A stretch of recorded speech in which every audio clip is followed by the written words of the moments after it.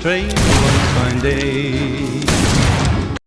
Episode 1 Fallout Season 2 langsung melanjutkan cerita dari akhir Season 1 dengan intensitas yang lebih tinggi. Episode ini dibuka dengan adegan flashback pre-war yang mendalam, memperkenalkan karakter baru yang krusial, Robert House, sang pendiri Robco Industries yang diperankan oleh Justin Theroux dengan aura jenius yang dingin dan arogan. Flashback dimulai di tahun 2077, tepat di luar markas besar Robco Industries di Las Vegas. Suasana tegang. Ribuan demonstran berkumpul di depan gerbang besi tinggi, memegang spanduk-spanduk bertuliskan, Robco mencuri pekerjaan kami. Dan, tidak ada lagi tirani Emerhendi. Jeritan protes bergema, dicampur dengan suara sirene polisi yang berusaha menahan massa. Beberapa demonstran melemparkan batu dan botol molotov ke arah pagar, menciptakan ledakan kecil yang menyulut api di tanah berdebu. Di dalam sebuah bar lokal, perdebatan filosofis meledak tentang siapa yang sebenarnya memegang kekuasaan di negara ini. Pertanyaan itu terjawab ketika seorang pria misterius datang, dengan wajah yang sangat mirip Robert House. Sekilas, ia tampak tenang dan penuh percaya diri, tetapi adegan itu segera berubah menjadi mengerikan. Ia berargumen bahwa orang-orang tidak memilih dengan surat suara, melainkan dengan uang. Kepercayaan dirinya berubah mematikan saat ia mendemonstrasikan eksperimen terbaru Robco. Sebuah alat pengendali pikiran yang disamarkan sebagai riset pasar. Ia mencengkeram seorang pria besar, menantangnya, lalu memasang alat itu di lehernya. Ia menekan sebuah tombol, dan pria itu menyerahkan tongkat bisbol kepadanya sambil meminta agar ia membunuh semua temannya. Pria yang dipasangi alat tersebut menghantam semua orang di sekitarnya, dan ketika meteran pada perangkat itu dinaikkan, kepala pria besar itu meledak.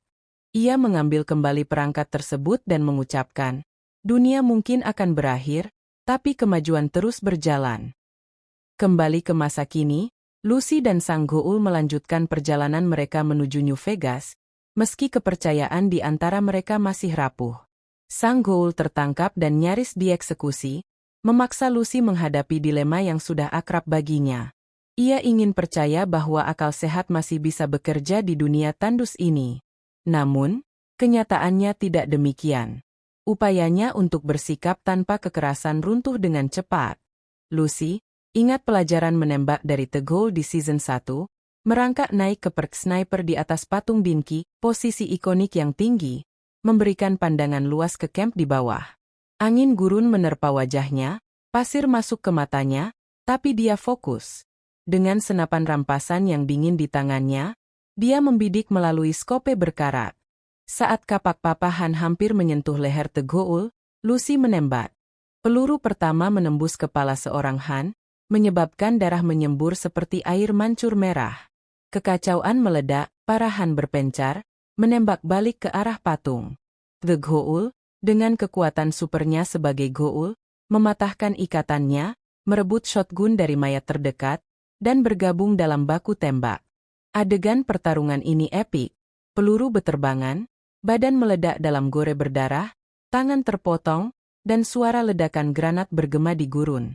Lagu klasik, Big Iron, dari Marty Robbins tiba-tiba mengalun sebagai soundtrack, menambah nuansa nostalgia bagi fans game. Lucy menembak dari atas, "Aku nggak akan biarin kau mati sendirian," teriaknya. The Goa'uld balas menembak sambil berlindung di balik batu. "Bagus, Kid. Tapi jangan mati dulu." Mereka saling melindungi, Lucy melompat turun dari patung untuk bergabung, dan bersama-sama membantai sisa Han. Papa Han jatuh terakhir, dadanya bolong oleh shotgun The Goa'uld. Mereka kabur dengan nafas tersengal, membawa luka-luka ringan. Lucy tergores di lengan, The Goa'uld kehilangan sedikit kulit lagi. Di hamparan gurun Mojave Wasteland yang tandus dan panas membara. Matahari terik menyinari pasir kuning yang berhembus angin, di mana Lucy McLean dan The Goa'uld yang dulunya adalah aktor Hollywood Cooper Howard, sedang berjalan kaki menyusuri jejak ayah Lucy, Hank McLean. Lucy, diperankan oleh Ella Purnell, tampak lebih tangguh dari sebelumnya. Baju fawot biru kuningnya sudah robek di beberapa tempat, ditambal dengan kain bekas, dan dia membawa ransel berat penuh amunisi serta peipebu yang berkedip menunjukkan peta digital. Wajahnya yang dulu polos kini ditandai garis-garis kelelahan dan luka bakar radiasi ringan di pipinya.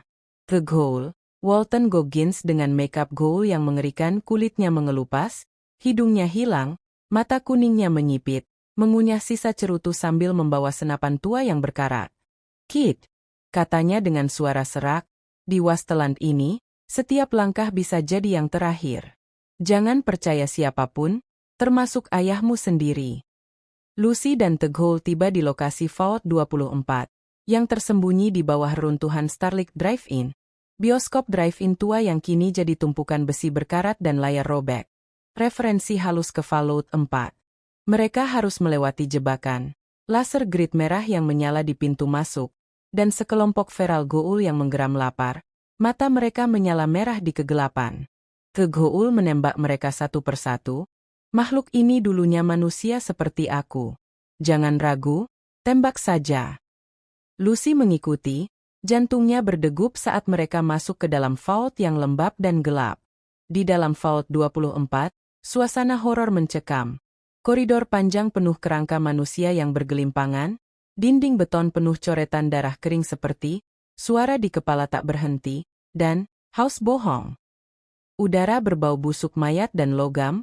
Lampu neon berkedip-kedip menerangi adegan mengerikan. Lebih dalam lagi, mereka mendengar suara erangan samar. Di ruang utama, penuh meja operasi berlumur darah dan alat-alat medis berkarat, mereka menemukan satu-satunya penyintas, seorang wanita kurus kering, cameo Sarah Paulson, dengan chip tertanam di tengkuknya yang berkedip lemah. Sementara itu di Vault 31, adik Lucy masih terjebak dikunci oleh robot otak karena adik Lucy sudah tahu rahasia kelam Vault. Dia sudah tampak kurus karena kelaparan. Pada akhirnya dia mencoba melawan pemikiran robot otak dengan membuka semua kapsul eksperimen Hang. Episode berakhir dengan kedatangan Hang di markas Vault-Tec yang terbengkalai dan tidak ada orang. Hanya mayat-mayat tergeletak. Dengan tenang melapor untuk bertugas dan memaparkan perkembangan pada perangkat otak komputer. Dari sini Hang terlihat semakin sadis.